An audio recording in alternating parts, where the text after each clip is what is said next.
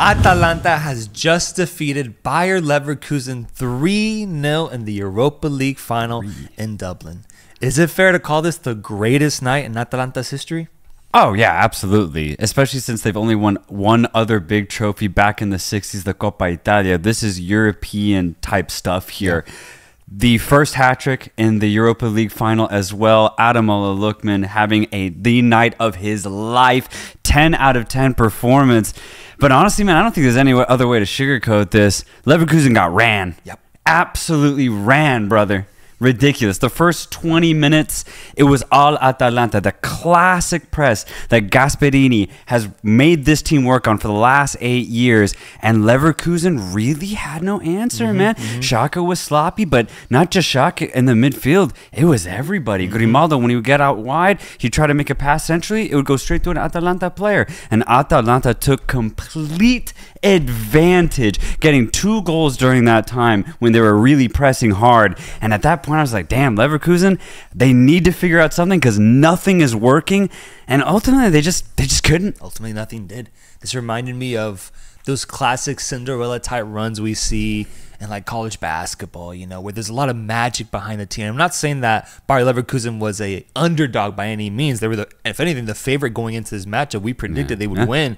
But in the sense of that magic being lost, none of that was present during these 90 minutes in Dublin. And that's the thing. I think that's credit to Atalanta and Gasperini, who absolutely neutralized this German side completely the same way they did against Liverpool, man. The parallels are extremely similar. The vibe, the feeling I got from this Bayer Leverkusen team, the way that they were lost throughout the entire game reminded me so much of that same image I would see of Liverpool players struggling, frustrated, trying to figure out how to break this Atalanta side. So full credit to Atalanta. To me, this solidifies one of the best Europa League runs we've ever seen, taking down a Premier League giant in Liverpool, going up against one of the top teams in France in Marseille, and then taking down the undefeated storybook Xabi Alonso side, Bayer Leverkusen, not 1, not 2, but 3-0 behind a Lookman hat-trick. This is beautiful, man. This is beautiful. This is what football's all about. I'm actually very happy for the Atalanta storyline because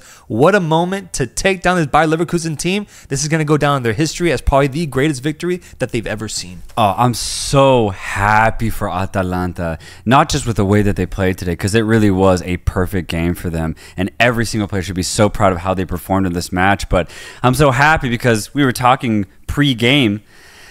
Atalanta have worked so hard to try and win a goddamn trophy since Gasperini joined 8 years ago. It's been an 8-year-long project, and they finally get something to show for. I thought they had missed their chance when they lost the Coppa Italia last week against Juventus, but my God, no. They took that loss in stride. They focused for this game, which on the surface looked impossible considering Leverkusen's form. I thought so. And no. They completely flipped the narrative, and they got themselves their first major trophy in, like, what, 60 years. Yeah. Incredible for Atalanta. I could not be more happy for Gasperini specifically, but also the players themselves, the ones who have been here for a long time, or some of the new guys like Lookman, who still have something to prove in Europe. And my God, dude, like, Lookman, what a game, bro. He fucking cooked. Yeah. He cooked out there. That third goal, banger. An absolute banger. And that second one where he shifts Xhaka, hits it low and hard, curls it around the keeper, right in the bottom corner. My God. Yeah. And he was so quick on that first goal to get in front of the Leverkusen defender. Didn't even see him coming. A 10 out of 10, 11 out of 10 performance from Lookman. Yeah, this game was perfectly tailored for him. 3 goals is ridiculous. Does Atalanta win this game if Lookman isn't on the pitch? Shit. Because that's how impactful he is. Yeah. I asked that question as a way to compliment Lookman's impact today. Yeah. So good. But do they win it? Do they see the victory out? I wonder because he was so clinical today. The second and third goals, I don't know if any other Atalanta player, even Scamacca, can really get those type of one-on-one type goals. So maybe they do win it, but maybe it's way tighter. Yeah, the game's way tighter. Man. Yeah, he was the key, and that's why I liked at the very end that the whole team, once that whistle blew, they went to him and they just threw him up in the air and they celebrated because he is ultimately the reason, the biggest reason for why Atalanta won today. But that doesn't discredit Gasperini or the rest of the team because everyone for Atalanta was a 10 out of 10. Zappacosta, Scamacca, Ederson, Scavalini, the 20-year-old center back that came in for Kolasinac, who also did great as well in his tenure. Yeah. The whole team was amazing. So credit to them. For as much credit as we're giving to the whole team and Gasperini specifically, how much of this loss is on Xabi Alonso? Yeah, I think this kind of gets a little weird when you think about Leverkusen specifically in this match, because I honestly don't want to be too harsh on them, because they still did the impossible by going undefeated 34 matches in the Bundesliga, and they didn't even have to get to this final, yet they still managed to, unbeaten as well. Yes, they did end up losing this final, and they got ran. They got cooked. They got demolished, honestly, by Atalanta. But I don't know. I don't know if I want to really put this on anybody. It was just a shit performance from every single player, and Xabi Alonso included. Like, there's a comment that I've seen, like, it just disappointing that Leverkusen looked like they hadn't kicked the ball before this match. Like, they were that bad. They just were that unprepared.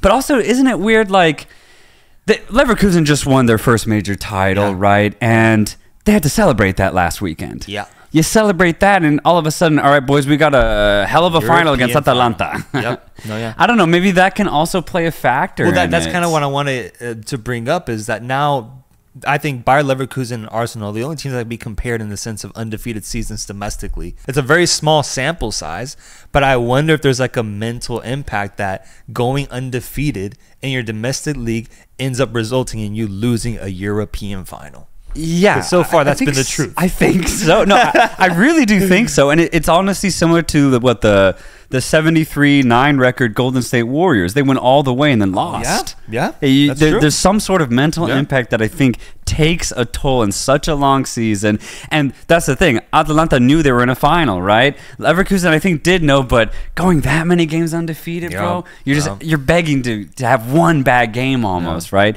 And the amount of late goals that they've scored this season, there's got to be one game where they didn't. That's why I don't want to be too harsh, because I almost feel like they shouldn't have gone past that Roma side in the semifinal. Yeah, they got a little lucky. They got a little lucky, right? So I'm almost like, okay, they made it to the final. That's a big accomplishment. It is what it is. Not to be harsh on this Bayer Leverkusen's team.